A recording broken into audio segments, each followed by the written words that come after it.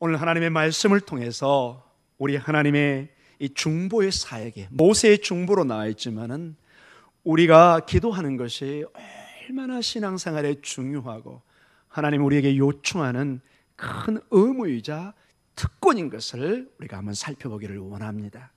우리는 저번 주에 이스라엘 백성들이 모세가 잠시 자리를 비우는, 그들 입장에서는 잠시가 아니라 상당히 긴 시간 떠나 있을 때 불안한 마음을 주체하지 못하고 송아지, 더구나 황금 송아지를 만들어서 그것을 경배하고 이것이 우리를 출애굽시킨 살아계신 하나님이다, 이렇게 말하는 걸 보았습니다. 정면으로 십계명의 제1, 제2 계명을 어기는 것입니다. 즉 죄라는 것은 하나님의 계명을 어기는 것입니다. 하나님께서 기준을 세웠습니다. 이것은 거룩한 것이고 이것은 하나님이 하라는 거고 이것은 하지 말라. 기준이 하나님이십니다. 왜냐? 그분이 창조주이기 때문에 그렇습니다. 우리가 어렸을 때 2살, 3살 먹은 아이들에게 부모님이 기준을 세웁니다. 왜냐? 그 기준은 그 아이들에게 생명과 같습니다. 딸아, 아들아, 이건 만지는 것이 아니다. 이거는 하면은 큰 위험이 있다. 기준을 세워줍니다. 그 자녀들은 그걸 들으면서 교육을 통해서 어떤 생활을 해야 될지 배워가는 것입니다. 마치 그것처럼 하나님께서는 이 땅에 하나님의 기뻐하시는 뜻이 어디에 있고 하나님이 싫어하는 것이 어디 있는가를 말씀을 통해서, 그분은 보이지 않고 잡히지 않기 때문에 만질 수가 없기 때문에 말씀을 통해서 우리에게 기준을 세워주십니다. 그런데 우리는 저번 주에 보면은 이스라엘 백성이, 다른 백성도 아니고 이스라엘 백성이 십계명 중에 가장 첫 서두인 1계명과 2계명의 그 우상을 섬기는 모습을 봅니다. 그들의 삶은 그리고 굉장히 빨리 하나님의 은혜를 잊어버리는 것을 보게 됩니다. 그래서 연약한 저희들이, 이스라엘 백성들이 요구됐던 것은 바로 복음, 하나님의 은혜인 것을 우리가 강조했습니다. 하나님의 은혜가 아니고서는 나의 오늘의 모습은 없다는 것입니다. 이스라엘 백성들이 광야의 삶을, 약속의 땅을, 포로기와 그리고 영원한 약속을 받고 지금도 이스라엘의 역사와 또 우리 신앙으로 우리에게 주어진 것은 전적인 하나님의 은혜인 것을 우리가 고백합니다. 우리의 가정, 우리의 믿음의 공동체, 우리의 모든 사업과 직장들 돌이켜보면 하나님의 은혜입니다. 저는 이런 말씀을 준비하면서 때로는 이런 생각도 해봅니다. 하나님께서 왜 우리에게 고통을 주실까? 이해할 수 없는 우리에게 눈물을 주실까? 항상 우리가 웃으면 좋지 않을까? 사랑하는 성도 여러분, 참으로 놀랍게도 때로는 우리는 이런 광야의 삶을 통해서, 고통을 통해서 주님을 발견합니다. 이게 참 담임 목사인 제가 설명할 수 없는 신비 중에 인생의 하나의 수수께끼와 같은 그런 면입니다. 우리는 고통을 통해서, 마치 삽목의 고통을 통해서 생명의 기쁨을 안듯이 주님의 고통을 통해서 그 너머에 하나님의 고귀한 뜻을 발견하고 영롱한 광야 생활에 하나님의 그 놀라운 뜻, 그 광야 생활을 통해서 이스라엘 백성은 훈련을 통해서 영원한 하나님의 약속의 땅을 선물하려고 하는, 그냥 주면 그들이 감당을 못합니다. 그래서 훈련을 통해서 하나님의 큰 축복을 주시고자 하는 깊은 뜻을 광야를 통해서만이, 때로는 눈물의 인생의 삶을 통해서 하나님의 은혜를 깨닫는 그것을 보게 됩니다. 최근에 그 박종호라는 찬양 가수가 정말 인생의 하이라이트를 걷고 유학까지 갔다 오고 잘 나가다가 큰 간암 쪽으로 이 몸에 이상이 있어가지고 죽음 직전에 갈 때 딸을 통해서 간의 이식을 받았습니다. 그리고 살아났습니다. 이만큼 건강하신 분이 이만큼 돼 있습니다. 그런데 그분의 얘기가 하나님의 은혜입니다. 하나님의 은혜고 내 딸의 은혜를 통해서 내가 생명을 받았습니다. 덤으로 사는 인생, 이제 하나님만을 찬양하며 살겠습니다. 그 박종호 가수가, 그 찬양 가수가 다른 걸 통해서 은혜를 많이 받고 말할 수도 있지만 정말로 본인의 그 삶을 통해서 뼈저린 하나님의 사랑을 체험하는 것입니다. 바라기는 여러분 속에 여러분이 다 말할 수 없는 기도의 제목들, 때로는 눈물의 기도, 하는 그 기도의 제목이 하나님의 정말 그 놀라운 축복의 보화로 변할 줄 믿습니다. 마치 진주가 그 조개가 그 들어온 그 모래알 때문에 그것의 아픔을 이겨내기 위해서 계속해서 액을 꺼내고 그게 뭉치고 뭉쳐서 이 영롱한 진주알이 되듯이 우리 제1, 제2 여전도에 여러분의 삶 속에 그 모든 것이 합력하여 선을 이루는 축복이 있기를 축원합니다. 그리고 나머지 우리 성도님들에게도 이제는 더 이상 주님 안에 우리에게는 어떤 세상의 한숨과 낙심이 아니라 반드시 합력하여 선을 이루실 그 하나님의 손길을 바라보며 오늘도 믿음으로 승리해가는 여러분의 삶이 있기를 축원합니다. 이스라엘 백성들에게 복음이 필요하고 예수 그리스도의 은혜가 필요하고 은혜 아니고서는 나는 설 수가 없다는 그 고백 속에 오늘은 예수 그리스도의 중보의 기도, 중보의 사역, 나를 대신한 어떤 분의 절대적인 하나님 앞에 간구의 삶이 없이는 우리는 오늘도 한치 삶을 내다볼 수도 없고 살 수 없는 모습을 우리가 다시 도전받습니다. 바라기는 제1, 제2 여전도에 특별히 우리 성도님들의 삶 속에 하나님 앞에 남은 인생의 기도의 삶이요 감사와 찬양의 삶을 통해서 하나님의 영광을 드러내는 축복의 길을 기도합니다. 오늘 이 본문을 통해서 보면은 다시 이 우상 숭배, 즉 황금 송아지의 사건이 저번 주에 의해서 연결되고 있습니다. 그들의 빠른 그 우상 숭배에 하나님께서 이제 드디어 하나님의 마음을, 뜻을 드러내기 시작합니다. 우리가 생각하는 항상 좋으신 하나님이 아니라 때로는 공의의 하나님이요 당신의 영광을 절대로 더럽히지 않는 그러한 모습을 강력하게 드러냅니다. 우리 7절과 8절을 같이 읽도록 하겠습니다. 같이 읽습니다. 여호와께서 모세에게 이르시되 너는 내려가라. 내가 애굽 땅에서 인도하여 낸 내 백성이 부패하였도다. 그들이 내가 그들에게 명령한 길을 속히 떠나 자기를 위하여 송아지를 부어 만들고 그것을 예배하며 그것에게 제물을 드리며 말하기를 이스라엘아 이는 너희를 애굽 땅에서 인도하여 낸 너희 신이라 하였도다. 아멘. 자, 모세와 지금 대화 중이고 저쪽 떨어진 시내산 저쪽에서는 아론과 함께 이런 해괴망측한 어떤 면에서 있을 수 없는 일들이 벌어지고 있습니다. 모세는 모릅니다. 그때 하나님께서 아시고 이렇게 합니다. 모세야, 지금 엄청난 일이 저쪽에 벌어지고 있다. 너는 속히 가서 이 문제에 관여를 해야 될 것이다. 심각한 위기가 있다고 말씀하십니다. 그 위기의 근원을 7절에 보니까 내 백성이 부패하였다 이렇게 합니다. 여기서 부패하였다는 뜻은 망하다, 그르치다, 잃다, 낭비하다 이런 뜻을 종합적으로 가지고 있습니다. 한마디로 이스라엘의 타락으로 말미암아 하나님께서 이스라엘 백성을 향한 놀라운 구원의 계획이 이 백성을 통해서 열방의 제사장 국가로 삼고 하나님의 영광을 드러내기 위한 놀라운 계획이 지금 망가질 직전에 와 있다는 것입니다. 하나님이 도저히 묵과할 수 없는 심각한 상황 속에 있다는 것을 지금 모세에게 직접 하나님께서 말씀하고 계십니다.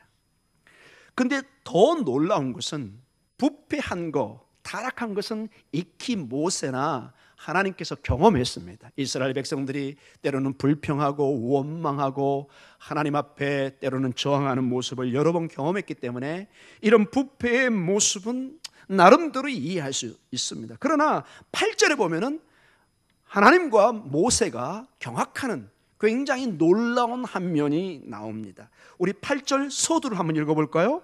그들이 내가 그들에게 명령한 길을 속히 떠나 자기를 위하여 송아지를 부어 만들고, 여기서 속히 떠나 히브리 말로 마헤르 났습니다. 우리 말로 너무나 정확하게 빨리빨리란 뜻입니다. 빨리. 외국 가면 외국 사람들이 한국말 잘 모르지만 빨리빨리는 너무 잘합니다. 빨리. 한국 분들이 아마 여행 중에도 빨리빨리란 말을 가이드하고 많이 했던 것 같습니다. 얼마나 빨리 하나님의 말씀과 은혜를 떠나 세상으로 나아가는지 깜짝 놀랍니다. 좀 언뜻 이 표현을 보면요, 우리 하나님도 설마 이렇게 빨리 이런 뜻을 담고 있습니다. 물론 하나님은 알고 계시지만은 인간적인 단어로 굉장히 놀라십니다. 한마디로 우리의 젊은, 이 비유기가 맞는지는 모르겠습니다. 저의 옛날에 젊었을 때 얘기입니다. 죄송합니다. 지금도 제가 젊습니다. 장로님 죄송합니다. 예, 제가 20대 때 보면은 5인분을 먹고 돌아서는데 배고프다고 얘기합니다. 예. 그때 제 사진을 보면 여러분 깜짝 놀랍니다. 거의 완전히 말라가지고 이준 장로님도 인정할 정도로 제가 말라 있었던, 그렇게 깡마른 사람이 5인분을 먹고 돌아서는데 배고프다고 그럽니다. 주변 사람들이 경악을 금치 못했습니다. 와, 저희 집 사람이, 제가 사실은 가이드하다가 이스라엘을 만났는데 나중에 얘기인데, 호텔에서 식사를 하는데 얼마나 접시에 음식을 많이 가져와서 한 번 먹고 두 번 먹고 세 번 먹고 경악을 금치 못했다는 나중에 그 얘기를 들었습니다. 이건 좋은 점, 어떤 면에서 먹을 수 있으니까 그냥 먹었겠죠. 이스라엘 백성들이 금방 하나님의 은혜를 받았는데 너무 빨리 하나님의 말씀을 떠나는, 사랑하는 성도 여러분, 이게 여러분 이스라엘 백성의 모습인가 동시에 누구의 모습일까요? 우리 회장님이 굉장히 빨리 인정해 주셔서 감사합니다. 근데 저도 그렇습니다. 여기 담임 목사, 여러분 그런 거 저한테 묻지 말라고 그랬죠. 굉장히 저 빨리 변합니다. 밥 먹듯이 저도 변할 수 있습니다. 그러니 새벽마다 기도하지 않을 수가 없는 것이죠. 제 본성은 정말로 어떨 때는 일어나고 싶지 않고 막 도망가고 싶습니다. 빨리 여름 효과가 왜 빨리 안 오나 막 이렇게 나올 때도 있습니다. 저도 별 수 없습니다. 기도하고 하나님 앞에 은혜를 구하지 않으면 정말로 연약한 존재인가. 이 이스라엘 백성들 그 출애굽에 상상할 수 없는 하나님의 임재와 축복과 만나와 메추라기, 정말 눈에 보이고 잡힐 정도로의 은혜가 주어지는데 그냥 막 바로 잠깐 모세가 보이지 않는다고 이들이 변하는 모습을 봅니다.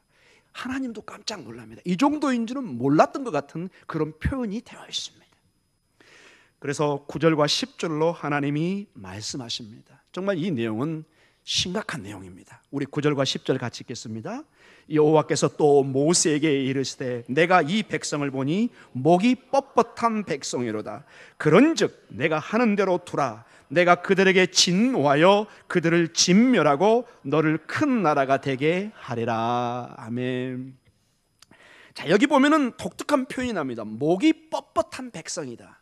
그 당시에 농사 짓는, 여러분 이걸 보면서 제가 어떻게 우리 성도들하고 이해할 때, 우리 예나 같은 게 잘 모를 수 있습니다. 젊은 사람들은. 근데 우리 어르신들 옛날 시골에 농사 질 때 소에 이 쟁기를 대잖아요. 쟁기를 여기다 멍을 대죠. 죄송합니다. 쟁기를 대지는 않습니다. 쟁기질 할 때 멍에를 맬 때 이 소들이, 훈련이 안 된 소들은 뻗댑니다. 이렇게 안 하려고 힘드니까. 그래서 여러분 시골에 보면 큰 타이어나 무거운 걸 해가지고 한 1개월 내지 2개월을 동네를 돌면서 이 소가 완전히 여기에 자리가 잡히도록 훈련을 시킵니다. 전혀 동의를 안 하신 거 보니까 시골 출신이 아무도 안 계시군요. 네, 알겠습니다. 이 시골에서 옛날에 보면은 이 소를 훈련시킬 때 여기에 멍자국이 나도록, 그래서 이 소가 괴로움을 당하지 않도록 무거운 짐을 끌고 갈 수 있도록 여기에 길을 들입니다. 근데 이게 안 되면은 이걸 다 벗어버립니다. 이게 뻣뻣하게 쓰면은 이게 쟁기질도 할 수 없고 물건을 싣고 갈 수도 없습니다. 이스라엘 백성들이 지금 하나님 앞에 목을 꼿꼿이 세우는 것입니다. 이 짐승으로서 지금 쟁기질을 하고 일을 할 수 있는 자세가 전혀 안 돼 있다는 것입니다. 이걸 영적인 모습을 그들의 삶의 생활에서 있는 것을 가지고 지금 비유로 말씀하고 있습니다. 멍에를 씌우거나 부리기가, 여러분 소와 그런 짐승이, 나귀가 그 일을 위해서 준비했는데 그 일에 준비가 돼 있지 않으면 주인은 그 소를 잡아 죽이든지 아니면 팔아버든지 아무 가치가 없는 것이죠. 지금 이스라엘 백성이 그 상태라는 것입니다. 완고한, 고집센 이런 모습으로 표현할 수 있습니다. 여기서 그리고 진노하여 그들을 진멸하리라. 굉장히 우리 한국말도 강한 단어입니다. 이것은 노가 그들에게 맹렬히 발휘됐다. 그들을 삼킬 것 같다, 이런 뜻을 가지고 있습니다. 좀 더 이 말을 직역하면은 끝장을 볼 것이다, 이 뜻입니다. 여러분, 하나님이 자기 백성에게 지금 어떤 단어를 쓴다고요? 끝장을 볼 것이다. 정말로 화가 났다는 뜻입니다. 여러분, 지금까지 하나님 모습이 이 모습이 아니잖아요. 늘 사랑으로 감싸고 참고 인내하는 모습인데, 때로는 하나님의 모습에 끝낼 것이다, 끝장을 볼 것이다, 이런 진노와 진멸의 단어가 나오고 있습니다. 사랑하는 성도 여러분, 그래서 우리가 한 가지 알아야 될 것은 하나님 앞에 범죄, 죄는 용납이 안 됩니다. 여러분, 마치 죄를 지고 법정에 가서 저 용서해 주세요, 이미 때가 늦은 경우가 많지요. 여러분, 우리는 대부분 이렇게 생각합니다. 죄의 대가는 받아야 된다. 영적인 면에서도 죄를 가지고 하나님 앞에 설 수 있는 길은 아무도 없다는 것입니다. 죄의 무게가 굉장히 무겁게 묘사되고 있습니다. 이것을 로마서 2장 4절과 5절에 이렇게 묘사하고 있습니다. 우리 같이 한번 읽어볼까요? 로마서 2장 4절과 5절입니다. 같이 읽습니다. 혹 내가 하나님의 인자하심이 너를 인도하여 회개하게 하심을 알지 못하여 그의 인자하심과 용납하심과 길이 참으심이 풍성함을 멸시하느냐. 다만 네 고집과 회개하지 아니한 마음을 따라 진노의 날 곧 하나님의 의로우신 심판이 나타나는 그날에 임할 진노를 내게 쌓는도다. 로마서는 한마디로 우리의 죄의 무거움을 얘기하고 하나님과 대결하지 말라는 것입니다. 가장 어리석은 사람이 하나님 앞에 대결을 자세로 나오는 것입니다. 가장 어리석은 사람이 하나님의 진노를 쌓아가는 사람입니다. 세상에 많은 사람들이 이것을 모르고 가지만은 심판한 날에 분명히, 여러분, 이런 말씀을 적어놓은 것은 나중에 변명할 길이 없습니다. 여러분, 법정에서 우리 여기 장로님도 계시지만은 제가 아는 상식으로 모든 것이 법조의 그 문헌을 따라서 죄의 그 판결을 내리는 걸 제가 많이 보았습니다. 왜? 이 판결문이나 어떤 법정에 쓰여진 글은 변경할 수 없는 증거인 것입니다. 그게 근거에서 형량을 때리고 법적인 기준을 세우고, 그래서 우리가 굉장히 법조문 같은 것을 중요하게 생각하는, 그래서 법대 학생들이 그걸 달달달 외워야 되는 그런 과정을 우리가 많은 주변에서도 보고 TV에서도 보는 우리가 경우가 많습니다. 주님께서도 이렇게 말씀을 주셔서 나중에 우리가 변명할 길을 주지를 않습니다. 하나님이 이미 우리에게 선포하셨습니다. 하나님의 기준을. 이것은 우리가 듣든 안 듣든 그거는 나중에 이 심판을 피할 길이 없는 것처럼 말씀을 하고 있습니다. 자, 여기까지 보면은 모든 하나님의 출애굽의 구속의 계획이 숲으로 돌아가는 것처럼 보입니다. 끝났습니다. 하나님이 진멸하겠다고 그럽니다.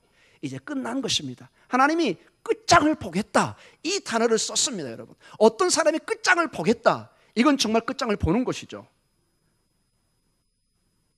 그러면 여러분, 지금까지 모든 창세기부터 이루어진 하나님의 구원의 계획은 어디에 있습니까? 어디에 있습니까? 여기서 성경은 끝나야 되겠습니까? 자, 여기에 드디어 모세가 이 말을 듣고 놀라운 역할을 감당합니다. 모세의 중보의 기도가 나옵니다. 이것이 여러분, 우리에게 새로운 희망을, 새로운 우리에게 구원의 길을 열어주는 것을 보게 됩니다. 어떻게 모세의 중보의 기도를 통해서 하나님의 구원의 계획이 다시 이어지고 오늘 우리에게 다시 소망과 구원의 길이 주어지는 것을 다시 한번 살펴보도록 하겠습니다. 11절입니다. 같이 읽습니다. 모세가 그의 하나님 여호와께 구하여 이르되 여호와여 어찌하여 그 큰 권능과 강한 손으로 애굽 땅에서 인도하여 내신 주의 백성에게 진노하시나이까. 자, 지금부터 모세의 중보 기도가 한 서너 가지로 나오는데 여러분, 기도할 때 이것을 잘 이 패턴을 이해하시면 굉장히 좋습니다. 왜냐? 하나님이 가장 연약한 점, 하나님이 이 기도를 하면 노할 수 없는 그것을 가지고 지금 모세가 기도하고 있습니다. 조금 더 우리식으로 표현하겠습니다. 하나님의 약점을 들고 지금 덤벼들고 있습니다. 표현이 좀 맞나 모르겠네요. 하나님이 도저히 맞네, 네 말이 맞다, 마음을 돌이킬 수밖에 없는 그런 기도의 제목을 가지고 나옵니다. 여러분, 그러니까 굉장한 비밀이 보이죠? 여러분 기도의 제목이 있습니까? 이런 식으로 모세의 기도를 흉내내면 하나님께서 노를 못 하십니다. 여기 엄청난 비밀이 보입니다. 저도 이 말씀을 보면서 아싸, 이대로 해야 되겠다. 우리 제1, 제2 여전도회가 이런 식으로 하나님 앞에 기도하면 지극히 성경적이면서 지극히 하나님이 노를 못 하십니다. 자, 어떻게 했나요? 첫 번째, 모세가 기도하는데 어찌하여 큰 권능과 강한 손으로 애굽 땅에서 인도해내신 누구 백성이요? 주의 백성에게 진노하시나이까. 주의 백성, 즉 아버지의 마음에 호소합니다. 당신의 백성이 아닙니까? 한마디로 권사님의 아들, 딸 아닌가요? 장로님의 아들, 딸이 아닌가요? 목사님 아들, 딸이잖아요. 여러분, 우리에게 가장 약한 게 뭐예요? 부모와 자식 관계잖아요. 여러분, 최근에 그 청문회에서 제일 그 문민정부적이지만 어려운 게 뭐예요? 그분들 자녀 때문에 뭐 위장 전입하고 다 그 대부분 자녀 때문에 그러잖아요, 여러분. 어떻게 보면 막 자녀가 N수처럼 보이지만 N수가 아닙니다, 여러분. 다 그렇게 자녀를 위해서 모든 걸 때로는 불법이라고 생각하지만 자녀를 위해서 그걸 감수하는 게 부모라는 것입니다. 그게 오늘 하나님 앞에 그걸 호소합니다. 하나님, 주의 백성입니다. 당신의 자녀들입니다. 그러니 불쌍히 여겨주시옵소서. 여러분도 그렇게 기도하시기 바랍니다. 주님, 당신은 나의 아버지십니다. 저를 불쌍히 여겨주시옵소서. 그리고 참으로 놀라운 것입니다. 하나님의 과거의 투자, 역사하심에 호소합니다. 하나님, 여기 봐보세요, 여러분. 어찌하여 그 큰 권능과 강한 손으로 애굽 땅에서 인도하여 내신 과거의 역사입니다. 수고를 많이 했습니다. 하나님이 투자한 게 너무 많아요. 거둬들이기에는 너무 아까워요. 그것을 지금 지적하는 거예요. 아버지 하나님, 주님, 지금 하나님이 너무 수고하시고 투자한 게 많잖아요. 아깝지 않으세요? 이런 의도가 강하게 있습니다. 하시려면 진즉 진노하시고 없애시지. 지금 너무 많이 투자하셨습니다. 투자 금액이 너무 많이 들어갔어요. 여러분, 사업하시는 분들 이 말이 금방 이해가 될지 모르겠습니다. 이걸 다시 해소하기에는 너무 투자한 금액이 많은 거예요. 지금 영적으로 큰 권능과 강한 손, 큰 권능과 강한 손 뭐죠? 하나님의 크신 능력을 베푼 거예요. 하나님도 굉장한 에너지를 쏟으신 거예요. 물론 하나님 전능하시라 뭐 에너지란 단어를 쓸 수가 없지만 우리 편에서 모세의 입장에서 지금 기도하고 있는 것입니다. 하나님 참으로 애쓰셨습니다. 그 수고가 헛되지 않게 진멸하지 마십시오. 여하간 이건 제 얘기가 아니라 지금 누구 얘기죠? 모세의 얘기입니다, 여러분. 그러니까 제가 꾸며낸 얘기가 아닙니다, 여러분. 저는 있는 대로 보면서 해석을 해가고 있습니다. 과거의 이집트의 구원의 사건이 헛되지 않도록 아버지 기억해 주세요. 자, 두 번째입니다. 12절 같이 읽습니다. 어찌하여 애굽 사람들이 이르기를 여호와가 자기의 백성을 산에서 죽이고 지면에서 진멸하는 악한 의도로 인도해 내었다고 말하게 하시려 하나이까. 주의 맹렬한 노를 그치시고 뜻을 돌이키사 주의 백성에게 이 화를 내리지 마옵소서. 야, 12절은 모세가 보통 머리가 아닙니다. 이게 뭐냐? 여러분, 여기 봐보세요. 어찌하여 사람들이 이르기를, 주변의 사람들이, 믿지 않는 사람들이, 아하, 봐라, 여호와가 자기 백성을 산에서 죽이고 진멸하는 악한 의도로 인도했다. 하나님의 영광을 가리게 하는 것입니다. 대적으로, 공공적으로 하나님의 명성이, 영광이 추락되지 말게 해주세요. 기가 막힌 머리 아닙니까, 여러분? 별로 동의를 안 해주시는 것 같은데. 하나님, 이 백성들 다 진멸하는 거 하나님은 뭐 너무 쉽죠. 그런데 주변 사람들이 얼마나 손가락질 할까요? 저거 보세요. 저거 보세요. 예수 믿는다고 그러면서 저렇게 하나님의 영광을 가리는, 하나님 그 소리는 듣지 않게 해주세요. 그러니 하나님 자비를 통해서 여기 보니까 마지막에 뭐라 그러죠? 화를 돌이키시고 주의 백성에 화를 내리지 마옵소서. 제 얘기가 아니라 지금 모세가, 이게 성경에 나와 있는 내용입니다. 그 다음에 3절입니다. 가장 중요한, 하나님이 정말 꼼짝 못할 내용을 하나를 더 제시합니다. 13절 같이 한번 읽어보겠습니다. 주의 종 아브라함과 이삭과 이스라엘을 기억하소서. 주께서 그들을 위하여 주를 가리켜 맹세하여 이르시기를 내가 너희의 자손을 하늘의 별처럼 많게 하고 내가 허락한 이 온 땅을 너희의 자손에게 주의 영원한 기업이 되게 하리라 하셨나이다. 아멘. 자, 13절은 그 유명한 아브라함의 하나님, 이삭의 하나님, 야곱, 이스라엘의 하나님, 즉 따라해 보겠습니다. 언약의 하나님, 언약의 하나님, 약속을 맺은 겁니다. 약속. 여러분, 약속은 참으로 중요한 게, 이미 약속하고 계약을 하면 기분 나쁘다고 약속 깹시다 이렇게 할 수가 없어요. 여러분 이해하시겠죠? 우리 계약이 여기 우리 권사님도 계시지만 부동산 이거 계약해놓고 내려가지고 저 기분 나빠서 안 하겠다고 이렇게 안 됩니다. 여러분, 쉽게 상당한 거기에 대가를 치러야 됩니다. 그러면 이 계약이라는 것은 한번 약속하면은 내가 기분 나쁘다고 함부로 깰 수도 있는 것도 아니고 내가 어떻게 고치기도 어렵습니다. 굉장히 문서가 중요한 것입니다. 고대 세계는 생명이 왔다 갔다 했습니다. 이거는 그 사람의 신용과 신유와 모든 인격이 다 달려 있습니다. 근데 놀랍게도 이 언약을, 이 약속을 하나님과 그의 조상들이 맺어놨고 그 조상들의 자손이 누구예요? 지금 조금 부패한 이스라엘 백성입니다. 놀랍게도 모세는 마지막 결정타로 하나님 앞에 하나님 다 줬습니다. 근데 아무리 생각해도 하나님이 마음을 돌이켜야 될 것 같습니다. 뭔데 모세야? 하나님 여기 약속 증서가 있는데요. 어떡하죠? 약속이 되어 있습니다. 하나님.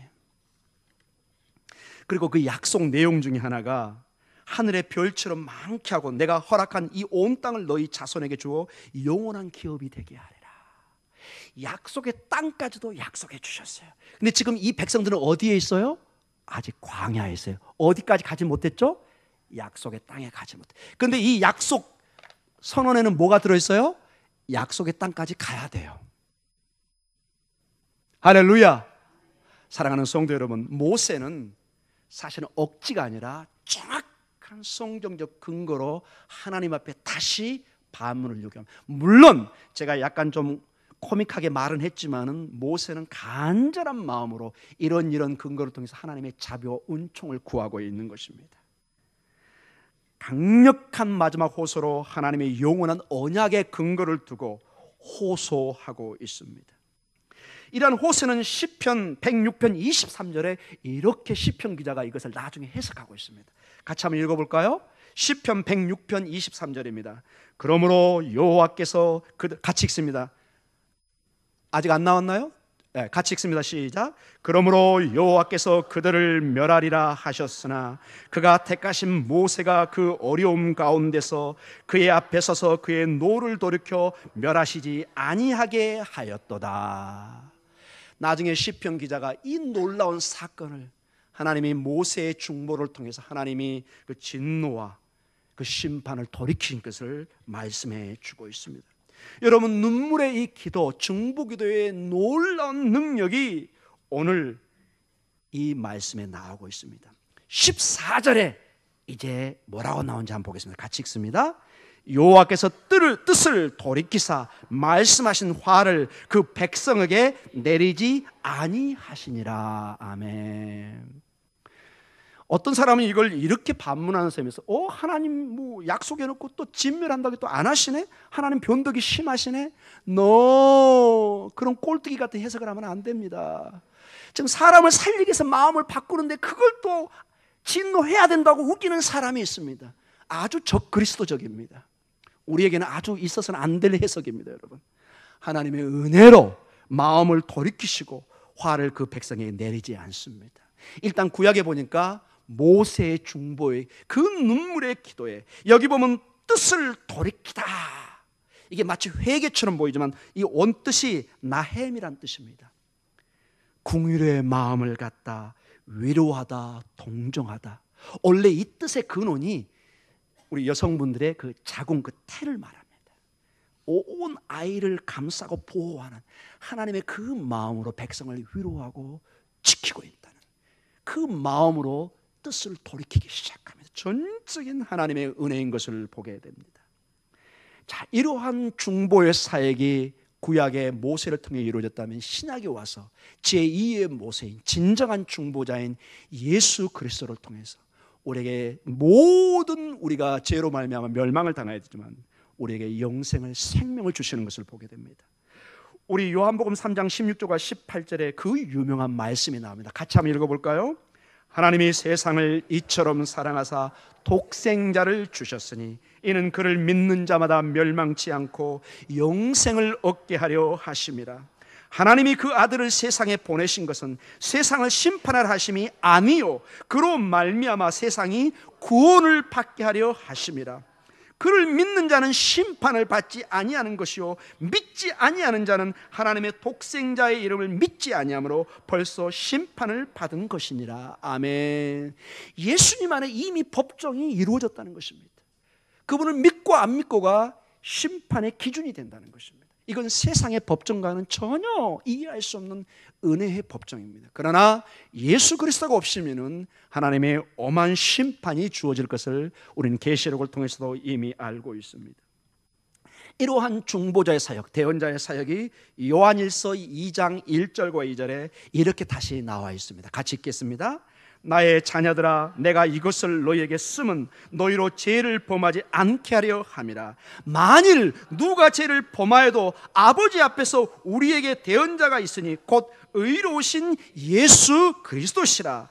그는 우리 죄를 위한 화목 제물이니 우리만 위할 뿐 아니요 온 세상의 죄를 위하심이라. 아멘.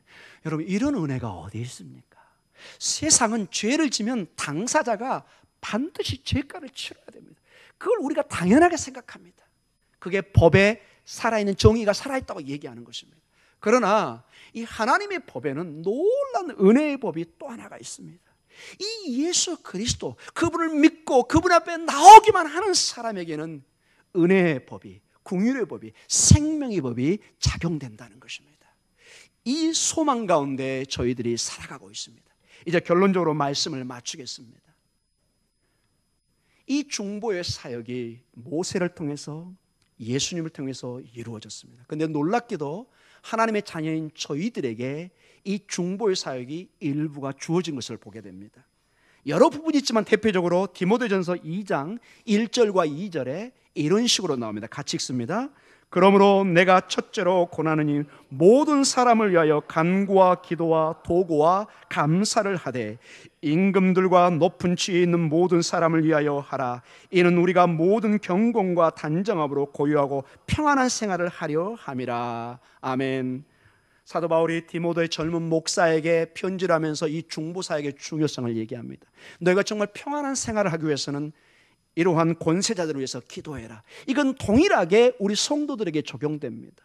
서로가 서로를 위해서 중보 기도할 때 하나님은 놀랍게도 그 사람뿐만 아니라 본인에게도 축복을 주시는 것을 저희는 믿습니다. 여러분, 중보 기도의 중요성이 남을 위해서 기도하는데 나중에 보니까 복은 다 본인이 받고 있습니다. 이게 참으로 놀라운 일입니다. 마치 이런 거가 비슷합니다. 새벽마다 여러분, 그 요구르트 같은 거, 우유 같은 거 배달하는 거, 나중에 알고 봤더니 우유 먹는 사람보다 그 배달하는 그 사람이 더 건강하다는 그러한 내용이 나와 있는 것도 봤습니다. 여러분. 비유가 맞을지 모르지만 우리가 열심히 교회에 남을 위해서, 이웃을 위해서, 내 가족을 위해서 기도할 때 나도 모르게 나의 믿음도 성장하고 하나님 앞에 고귀하게 서 있는 본인의 모습을 발견하게 됩니다. 바라기는 제1, 제2 여전도에 이제 점점점 인생의 육신의 연령은 깊어지고 있습니다. 교회 전통을 통해서 보면은 이러한 분들은 대개 교회 기도의 어머니로 자리 잡고 있는 것을 보게 됩니다. 가장 중요한 사역이 이제 주어지고 있는 것입니다. 다른 육신적으로 할 일은 많지 않지만 하나님 앞에 중보의 사역을 감당하는 것, 우리 목동중앙교회 가장 중요한 영적인 에너지와 같습니다. 바라기는 제1, 제2 여전도에 우리 어르신들이, 우리 어머니들이 이 중보의 사역을 통해서 많은 저희들에게 신앙의 도전, 신앙의 에너지, 신앙의 인도가 될 수 있는 그러한 축복이 있기를 주님의 이름으로 축원합니다. 기도하겠습니다.